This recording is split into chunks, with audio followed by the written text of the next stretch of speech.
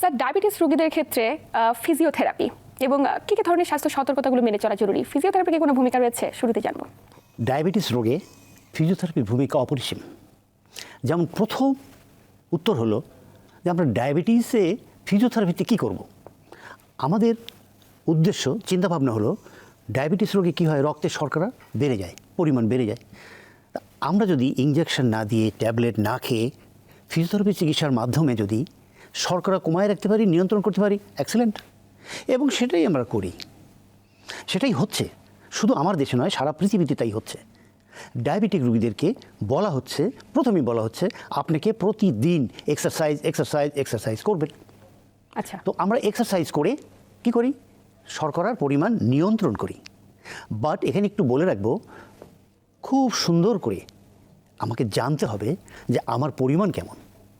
আপনি যদি এখন হাইপোগ্লাইসেমিয়া হয়ে যায় এক্সারসাইজ করার পরে, তাহলে তো আপনি মহাবিপদ, একদম অনেক বিপদ। বেড়ে যাচ্ছিল তাতে যা ক্ষতি না হলো, কমে গিয়ে হাইপো হয়ে অনেক বেশি ক্ষতি হয়ে গেল। সেই জন্যে এই এক্সারসাইজ করার সময় আগে এবং পরে এটাকে কতটুকুন আছে এটা সঠিকভাবে জানা দরকার। নিশ্চয়ই। এছাড়াও অসংখ্যভাবে আমরা বলতে পারবো যে কেন এটা কাজ করে।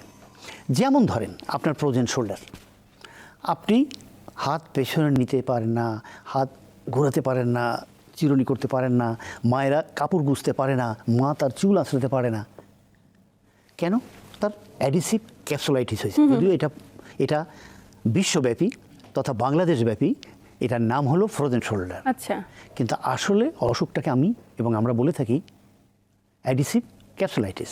ভিতরে যে ক্যাপসুলটা থাকে সেই ক্যাপসুলটা আঠার মতো লেগে যায়। আচ্ছা। এবং এই ক্যাপসুলটা লেগে যায় বলে আমরা এখানে একটা টেস্ট করি, আমরা অর্থাৎ ফিজিওথেরাপি চিকিৎসকরা একটা টেস্ট করে।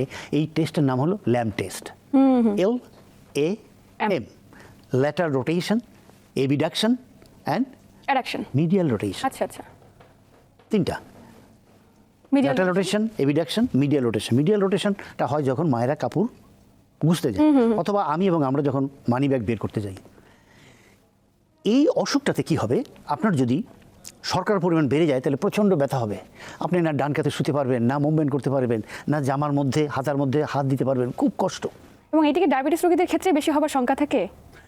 ডায়াবেটিস যাদের আছে তাদেরই বেশি হয়।